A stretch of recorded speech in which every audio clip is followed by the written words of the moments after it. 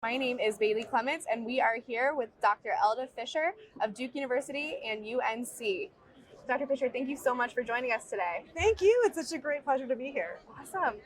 Everybody, we're going to speak today and talk about gender affirmation. So, Dr. Fisher, we're going to kick it off. Can you give us a little bit of an introduction on your background, your training, and your education? Sure. So I originally trained at UNC for my residency training program, and I did a cosmetic surgery fellowship after that. And when I came back into practice, I was really doing mostly a cosmetic surgery practice. And I started treating some transgender patients, and the practice field really just blossomed. I had an opportunity to have a position at UNC, which I love, and I love teaching residents and teaching people. And I'm transitioning that practice to Duke. So that's how I got to where I am. Wonderful, wonderful. Thank you so much. So what drew you to the gender affirmation space, and what have you learned along the way? Oh, yeah. I mean, I think one of the things about gender affirmation surgery is that when I started, no one was really doing it. So I would reach out, try to find people to help me, and there's very little out there, and I didn't have a lot of resources. So I sort of took matters into my own hands and was able to do some surgeries for them. And the patient population was so grateful. And I think, as a surgeon or as a doctor, we can always be so happy and feel purpose when our patient population is grateful for what you do. And so that practice just grew out of word of mouth because there was no one else doing it. I got very fortunate to land into that area of gender affirmation. And I feel really fortunate that I had all of the tools to do it, and then I could bring it to a residency program. Wonderful. In your opinion, how large do you think this patient population is? Oh, it's huge. So when you're thinking about the transgender population in general, people think, oh, that's a really small number in society. It is an enormous population. So, a couple of things to put it into perspective. Number one, about the same number of transgender people exist that have type 1 diabetes. Now we're all, driving the streets every day. We see a type 1 diabetes license plate, the JDRF, fundraisers, and you don't see anything like that. So it's just not a visible community, but it's the same number of people. And actually more recent studies show that it's even a greater number of people than that. They almost double that. And, when you're thinking about that number of people that need surgery, okay, pretend that you're sitting in your favorite college football stadium, Michigan, Ohio State, whatever you love, right? And you're in the middle of it, and that place is full, and you're the only surgeon. And that's exactly what it was like for me in North Carolina. I mean, I found myself in the middle of a college football stadium that was full of transgender people, and that all wanted these surgeries. Right. So, I think, that population is huge. And I think the next thing to think about is here we are at Amos. It's a great meeting. I love being at these conferences.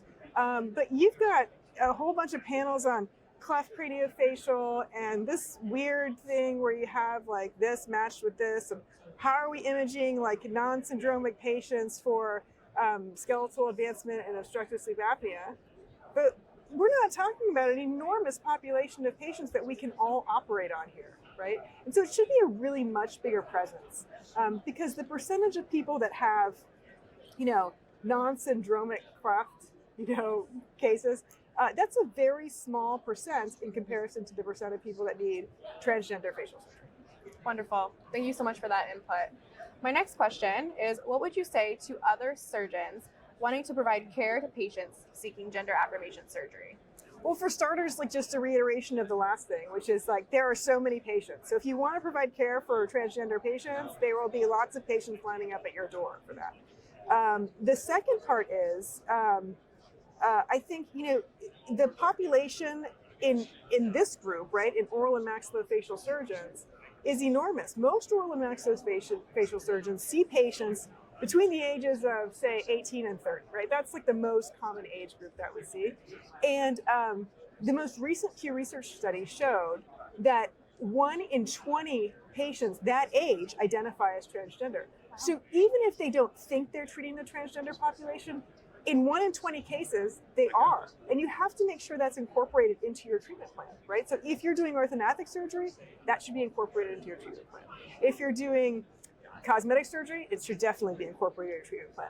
But no matter what, just to make the patient feel comfortable, it should be incorporated into your assessment and planning for the patient. Wonderful. So how has technology, VSP, guides, custom products advanced in this space? Oh, it's amazing, right? And so, when you read the literature, and the literature, started in San Francisco, in the 1990s, really, when people started doing transgender facial surgery. And there were no guides, there's no 3D, systems, there's no 3D printing of anything. And so now, when I started into this arena, and knowing that I could use guides for orthognathic surgery, I thought, well, this is a great arena to have guides for surgery also. And it has made things so much easier. It makes surgery faster. So the guide that we've developed, Stryker, is a great reduction guide for the forehead. It's based off feminine norms. I think there's benefits and there's room for progress in that. But it makes the surgery so much faster, and you have like a different level of confidence when you are operating on the forehead, and the table right behind that, abuts the brain. None of us want to get into the brain, right? So you want that confidence of making sure that you are operating in the field that you want to operate. And same for the sinus, when you're cutting out the frontal sinus, and maybe some people don't know that much about this operation, but when you design your osteotomy for that, you want to design it so that you're incorporating the whole frontal table that you can incorporate. The chin surgery that I do for feminization of the face is almost impossible without a custom guide in place. And I say that it is possible, you can do it, I've done it before. It's the difference between half an hour and 2 hours of surgery, and an exact perfect outcome, and one that you have to go in your post-op visit and say, God, I hope that turns out nice, So it really gives you a different level of confidence too. Wonderful. I think you brought up a good point there about some people may not know what encompasses this space. Can you give a quick rundown of what you do for your patients and maybe where some of it could be different per patient? Yeah. So, and this is one of those things also that some people might feel comfortable with this part and not this part. And that's okay. We should still all be doing it, right? I think that's the key. But for most patients that need feminization of the face, I start with the reduction of the forehead. I also open the orbital openings. That's a more feminizing look. And then a little soft tissue surgery in that area also. Moving down the face, I usually do a rhinoplasty for these patients. There are many OMS that don't like rhinoplasty. Great, partner with someone else to do the rhinoplasty. I usually augment the mid-face in some way. Now, there's a couple of ideas on how you should change the mid-face projection in male to female feminization patients. And widely accepted in Asian countries is to reduce the width of the zygoma. I actually don't do that at all. I like to keep the width of the zygoma and then augment the anterior projection of the cheeks with a custom malar implant. Okay. And then as you move down the face, I do an osteotomy on the posterior angle of the mandible, so the gonial angles get some form of osteotomy. And then with the chin, I typically have to narrow the chin. And so I do what I call a 3-vector genioplasty, which means I move the chin segment forward, down, and then I narrow the entire piece of it. Okay. I don't necessarily have to move it forward or down, but I base it on the patient's personal measurements. How has your adoption to the technologies that we just talked about evolved for your approach of treating these patients? So, I think there's a lot of room for evolution of these technologies. I think we're at a really good starting place. And I think, when I look at how I'm using these specific technologies, I think, we make tweaks here and there. And so it's very incremental how we've moved the needle forward, but I think it's still moving forward. So when you look at the forehead guide that we make now versus the one that we've made 2 years ago, it's different altogether. Same with the gonial angle guides. We know exactly what to do with the chin now. I know how much chin to take out to make a soft tissue movement that I want. So I think using this type of technology in addition to assessing your own surgical outcomes is the way to really perfect this. My next question for you is, do you believe that there is room for education in this space? Oh, immensely, right? I that's one of the reasons why I really wanted to get to a residency program so I could disseminate this information. They're great operations, right? And I think that people just aren't aware, again, of the population of people that you can help, the population of people that need this treatment.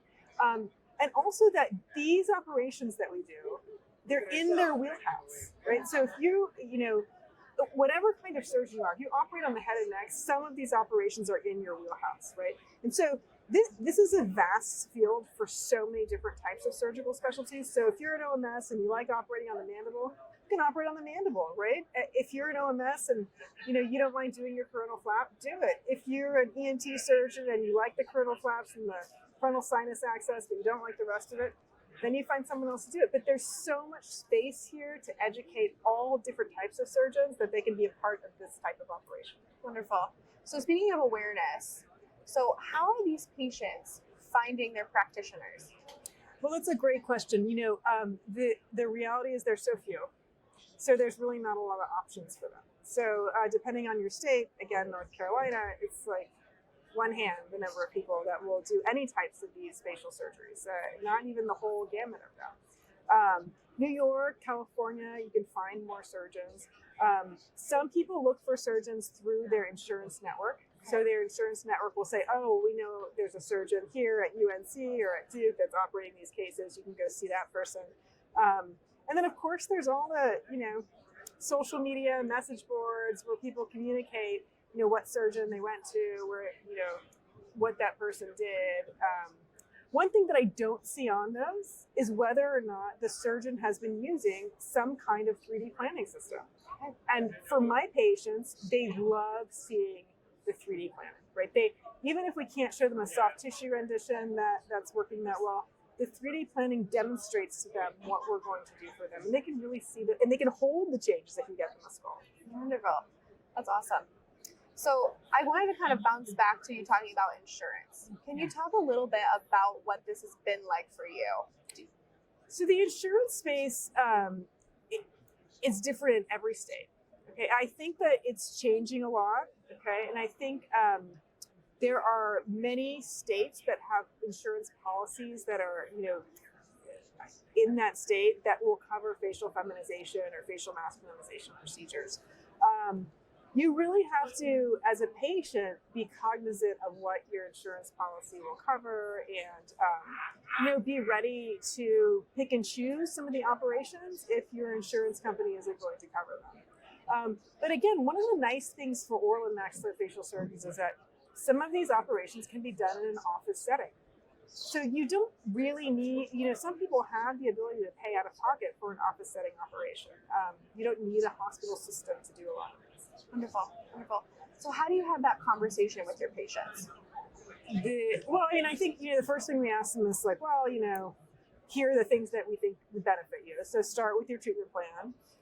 And then, get to their insurance if they have insurance. And if they don't, you have to sort of meter out what things they would be able to afford and not afford, or what would be most impactful for their transition. If they have insurance, I just say, okay, let's read your policy. And if your policy covers this, we'll go ahead and start the process. We make sure that the patient meets a lot of criteria to get operated on. We don't do these, off a whim, right? Someone comes in, I want to look like a female. That's not how this type of surgery works. Right. So we make sure that they have seen a therapist, they have letters from their mental health therapist, that they have been on hormones for an appropriate amount of time, that they have letters from their hormone provider for that. And collectively, both at UNC and Duke, we look at all of these patients as a team to make sure that they're appropriate candidates for surgery. And they meet the World Professional Association for Transgender Health standards to have gender affirming surgery. And so I think there's a lot that goes into that part of it that's sort of behind the scenes. It's a good question. I'm going to move on to my next question now. You already touched on it a little bit, but could you go a little bit deeper into what does your technique look like for each of your patients? How do you look at them, and how do you make your plan from there? Well, I'm highly data driven. Okay, so I think a lot of surgeons are highly data driven, and the first thing I do is I take my routine assessment of the patient. I get all of those things that I just talked about, about their history. And then I start looking at their numbers and I start taking measurements of their face. Okay. So I have a whole series of measurements: upper face height, middle face height, lower face height, bizag, bigonial, just a whole bunch of different metrics that I want to make sure are in balance with each other. Okay. And then I have them get a 3D, have them get a CT scan with 1 millimeter cuts. Okay. And I have that uploaded to the systems that I use. I use 3D systems. And we go from there. So in conjunction with the feminized skull that 3D Systems uses as their base, and the measurements that I've taken, we make a plan for the patient. Now, my theory on how we should make a plan is based more on the numbers and less on the feminized skull. I think some people might do it the other way. But I start from the top, I work my way down, and by the end of a 15 to 30-minute phone conversation, we have designed 3 guides for the feminization of the face, which is great. Wonderful. Wonderful. So what are some challenges that you have faced in this space? Yeah, I mean, I think that I've alluded to a few of them. I think one is that there's a political challenge, right? The political climate for this changes all the time. And most of the time I get asked a question that's, sort of politically based, like, well, should you be doing these surgeries? What about kids? And let me just clarify, we don't do these operations on children. So under the age of 18, we don't do these operations. I think the next thing about that political climate is that it's sort of always changing. So you have to kind of be up on whether or not the insurance is going to cover this or not cover that. I think that, if we can all view this as, just an adult patient who wants some kind of change to their face, we can all understand that it's perfectly within reason to do it, no matter what you think about the transgender population as a whole. I think the next thing that has been a challenge is that it's expensive. And so, as I said, one of the benefits that private practitioners have in an office setting is that they can reduce their costs a little bit by doing some of these procedures in office. Mm-hmm. Guides are expensive, titanium guides are expensive, things like that. But I do think that they speed up the case so much that it's worth it. And particularly if the patient is going to benefit from like a holistic standpoint from doing these cases. And I think the last challenge I have is really getting the information out that the population is so big and we have to keep doing that. And so that's really been like the biggest hurdle. Because right now I have a patient waiting list that's like well over 100 patients long. They're all trying to have surgery. They all want this done. And the reality is that if that's the case for me, and I love being busy, I want to be a busy surgeon, mm-hmm. There's just not enough people doing these operations. Right. So I think the education side of things has been difficult. So my last question for you, and I think you kind of touched on it right at the beginning about you enjoying these meetings, but kind of wanting to see more content in this space. And so why do you believe it's important for surgeons and some of our sales force watching to attend these society meetings? Well, I think I can answer that with an example. Okay, so I was at a meeting and I practiced gender affirming surgery. I missed one of the talks at this meeting that was highlighting gender affirming surgery. So I decided to go to the booth that sponsored that talk and ask them about their guides and what they did and how the talk was. And unfortunately, nobody at the booth could answer any of the questions that I had. And so I think that understanding the space and being able to directly communicate with people that are interested in it is really important, because the impression that I got when I was there was these people have no idea what they're doing, right? And so it's really important that the sales force is understanding not only all of the parts that are involved in this, but are able to walk people through this. Now, I'm super lucky because I have 2 reps in my area that are amazing, right? And they're at all my cases and they make sure everything's on time and they're basically, sorting everything out for me. But I think that level of attention to a surgeon, because we're so needy, is really important. And it's important to be at these meetings so that you're meeting the surgeons one-on-one and making sure they feel supported, even if the surgeon that comes to talk to you isn't from your territory, right? Even if the surgeon that comes to talk to you is from like a totally different territory, you can say, hey, yeah, this is how it works. It's pretty simple. Your regional rep is knows all about this. I'm going to make sure you're in touch, and we can set up a phone call. And that's so important to walk people through. So we just talked about education. Can you dive a little bit more into where you see education going in the next couple of years? Yeah, I mean, I think, for all surgeons, it obviously starts at residency programs. So we have to make sure that the residents that we're training to become surgeons understand how to do these operations so they can take them into practice. But for surgeons that are currently practicing, like there has to be a space for that, and that's where you have to partner with industry to make sure there's courses for surgeons that are interested in this type of surgery. So that's why it's great that we're really getting this information out there, because I think there's a lot of surgeons that would be interested in doing these surgeries if they had a course with the techniques available to them. And so I think for surgeons in the community, the best place to find that is by asking their reps, right? Because I think that these are coming. Wonderful. Wonderful. And a next question I have for you is, we did talk a little bit about social media and how these patients are finding practitioners. So with social media being a big presence, what is your opinion on that? Yeah, I mean, I think that the patients need to find surgeons however they can. And that's the resource that they have, right? What should the patient be looking for? I think someone that's done it, that's practicing at the top of their field, I think is important. And that includes using all of the technology that you can to make sure that the patient has the best outcome. Now, can every patient have all of the technology? Maybe not. But it's really incumbent on the surgeon to be able to pick and choose which pieces are right for each patient.